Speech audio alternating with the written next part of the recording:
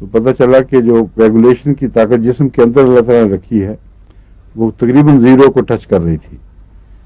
تو اس سے ہو سکتا ہے کہ یعنی یہ بھی ایک امکان ہے کہ جسم کے اس سانپ کے رد عمل کے طور پر جسم اس کو جمانا چاہتا ہو اور جتنا اس کا مسالہ تھا وہ سارا اس نے استعمال کر لیا. جب اس سٹیج پہ پہنچ جاتا ہے تو پھر ہر آرفیس سے خون بہنے لگ جاتا ہے, پھر اس کا کوئی علاج نہیں, پھر آرٹیفیشلی ٹیکے دینے پڑتے ہیں تاکہ اس کے جماعت کو زیادہ اونچا کیا جائے. یہ اس کو اور بھی کہتے ہیں, ٹائپین بھی کہتے ہیں, اور زیادہ تر یہ جو امریکہ وغیرہ میں تو ٹائپین یا آسٹریلیا میں بھی ٹائپین کے نام سے مشہور ہے, لیکن سینچریس نام اس کا یعنی جو سانپوں وغیرہ کے مضمونوں کی ڈکشنریاں ہوں گی اس میں ملے گا, عام ڈکشنری میں نہیں ملتا. یہی نام اس سے ملتا جلتا اس سانپ کا تھا جو میں بتا رہا ہوں, جس کا جو ہمارے ربا کے قریب ملتا ہے, اس کو کہتے ہیں سنگچور. اور تمام جو سپیرے ہیں وہ سنگچور نام سے اس کو یاد رکھتے ہیں اور کہتے ہیں کہ اس سے خطرناک سانپ اور کوئی نہیں دنیا میں. ہمارے گھر ایک دفعہ سپیرا آیا اور اس کی آواز سن کے مونا طوبہ وغیرہ بچے چھوٹے تھے, میں نے کہا چلو تمہیں سپیرے کا سانپ دکھوائیں. اس کو میں نے کہا کہ اتنے پیسے میں تمہیں دوں گا, تو بہت خوش ہوا کہ اس کو امید نہیں تھی کہ اتنا ملے گا. اس نے کہا اب میں آپ نے مجھے کیسا وعدہ کیا ہے, تو میں آپ کو ایک ایسا سانپ دکھاتا ہوں جو پہلے آپ نے نہیں دیکھا ہوگا, اور وہ ابھی میں نے پکڑا ہے یہاں سے آپ کے قریب کی پہاڑیوں سے, اور اس کا زہر بھی نہیں نکالا. تو اس نے اس کو کھولا اور خود بھی احتیاط سے ہاتھ پیچھے کھینچا, اور وہ اپنی وہ ہلاتا تھا نا وہ کیا کہ بیم, تو سانپ نے بھی رقص کرنا شروع کیا. پھر وہ ذرا سا باہر نکلا, میں نے آگے جا کے اس کو پکڑ لیا اور آرام سے اس نے سر نیچے کر دی, ذرا سا اٹھا ہوا تھا, سر نیچے کر دیا. میں اس کو پکڑا اور آ کے تو دکھایا سب کو. انہوں نے جو دیکھا تو اس کا رنگ بالکل پیل ہو گیا تھا سپیرے کا.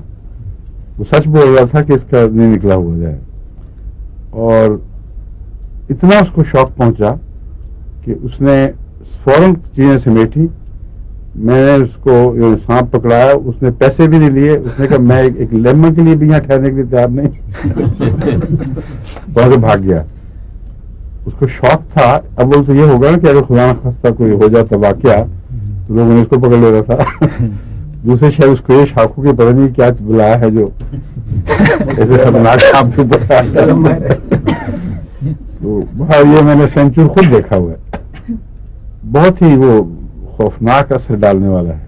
اس کی جو کاپر کلر کی تیزی ہے نا, وہ آنکھ کو دھکا دیتی ہے کہ اس میں لگتا ہے کہ بہت زہریلا ہے, اور آنکھوں میں وہ گلابی رنگ پایا جاتا ہے. بہت غصے والی آنکھیں ہیں, تیز. بہرحال یہ میں آپ کو سانپوں کے جب قصے آئیں گے نا سو بتاؤں گا. ہر سانپ کے زہر میں یہ بات ملتی ہے. اس کو آپ جب سمجھ جائیں گے اچھی طرح, پھر سانپوں کے زہر سے علاج آسان ہو جائے گا. آپ کو سمجھ آ جائے گی کہ کس سٹیج پر کیا کام آتا ہے. میں نے سب سے زیادہ تو لیکسز استعمال کیا ہے, اور اس کا نام ہے لیکسز لانسیلوٹس, اور یہ اپنے خاندان کے لحاظ سے اس سے ملتا ہے. ٹائپین لانسیلوٹس اور لیکسز لانسیلوٹس دونوں ایک ہی خاندان کے ہیں, مگر یہ کاپر ہیڈ نہیں ہوتا, وہ کاپر ہیڈ ہے, اس لیے اس کو نمایاں طور پر کاپر ہیڈ کہتے ہیں.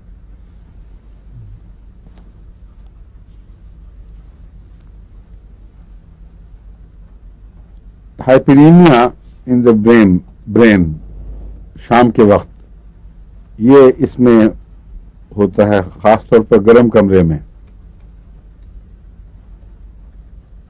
خون کا دوران دماغ کی طرف زیادہ ہو جائے, اور شام کو گرم کمرے میں ایسے مریض کو اس وجہ سے زیادہ تکلیف پہنچتی ہے, یعنی گریفائٹس کے مریض کو.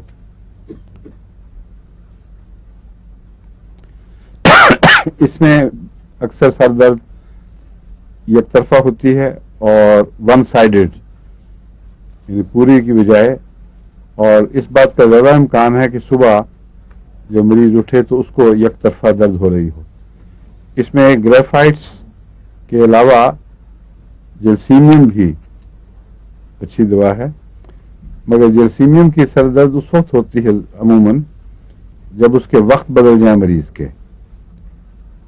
رات کو اگر 9-10 بجے سونے کی عادت ہے تو 1 بجے سوئے، یا صبح جلدی اٹھنے کی عادت ہے دیر میں اٹھے، تو نیند کی کمی سے بھی زیادتی سے بھی وقت کی تبدیلی سے جو اٹھنے پر سر درد ہو، اس میں میرا تجربہ ہے کہ جلسیمیم بہت اچھی دوا ہے، اور آنن فانن وہ درد ٹھیک ہو جاتا ہے الگ فل سے. 1-2 خوراکیں 10-15 منٹ کے وقفے سے دے دیں آپ 200 میں، وہ کافی مفید ہے. اس کو میں نے صبح کی درد میں کبھی استعمال نہیں کیا گریفائٹس کو، لیکن لکھا ہوا ہے چونکہ کتابوں میں آپ کو بتا رہا ہوں.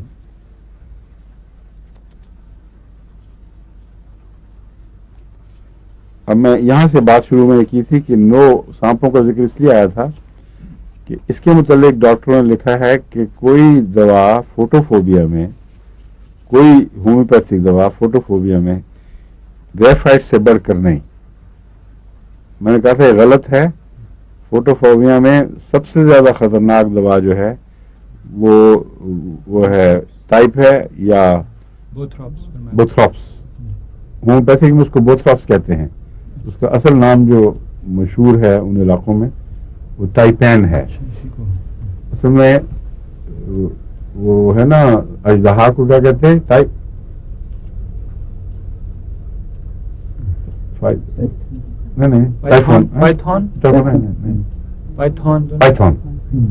پائتھون کا منقلب ہے یہ.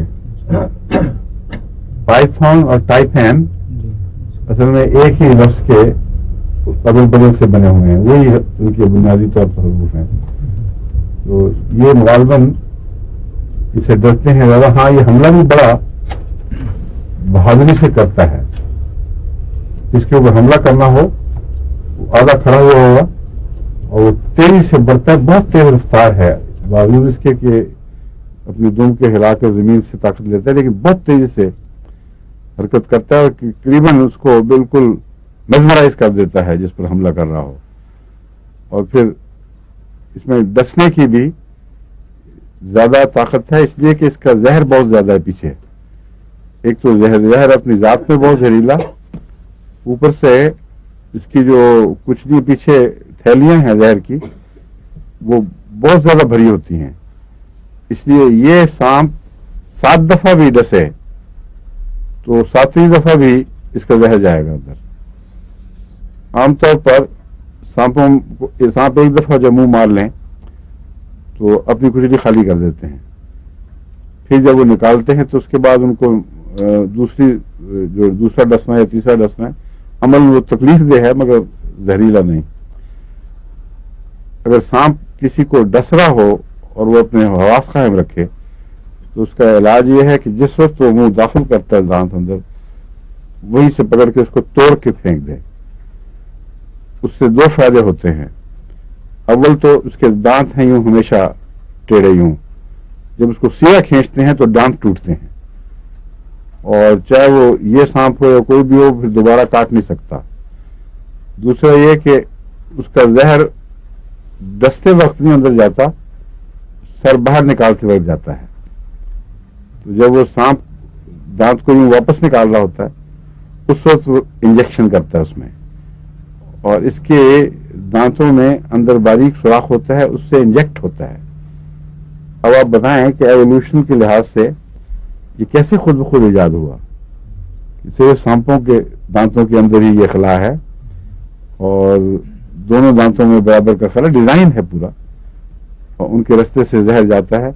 اس لیے علاج یہ ہے کہ جب وہ اگر ایسا ممکن ہو، کسی کو ہوش ہو، پتہ ہو، بعض دفعہ آنکھوں کے سامنے دیکھ رہا ہے اور سانپ ڈستا ہے، ڈس کے جب تک وہ نکالتا ہے اس میں اتنی مدت مل سکتی ہے انسان کو. ڈس کے یوں پھر یوں اپنے آپ کو انہک کرتا ہے. اس کو انہک کرنے سے پہلے اگر آپ کھینچ لیں تو وہ سانپ پھر چاہے کتنا بھی طاقتور ہو آپ کو دوبارہ نہ ڈس سکتا ہے، نہ اس کا زہر اندر گیا ہوگا اس وقت تک. اور اس دوران کھینچنے تو شاید تھوڑا سا گیا ہو تو اس کو باہر نکال لیں. فوٹوفوبیا سانپوں کا بہت ہے، لیکن اس میں بھی گریفائٹس میں بھی بہت فوٹوفوبیا ہوتا ہے، اور اس کی سر درد فوٹوفوبیا سے خاص طور پر پہچانی جاتی ہے. ایسی سر درد جس میں مریض بالکل اندھیرے کمروں میں چلا جائے اور ذرا بھی روشنی آئے تو سر درد بڑھ جائے، وہ خاص نشان ہے گریفائٹس کا. سارے سر میں ہوتی ہے یا اکثر بائیں، ہاں ایک طرف بائیں یا دائیں کی بحث نہیں، اکثر ایک طرف دبلی میں بھی بیٹھ جاتی ہے، لیکن علامت یہی ہے کہ روشنی سے سر درد نمایاں طور پر بھڑکتی ہے. بات تو ویسے ہی تسکین کے لیے منہ آنکھیں بند کر لو، اور الگ بات ہے. روشنی سے براہ راست تعلق ہے یا گریویٹ ہونی شروع ہو جاتی ہے.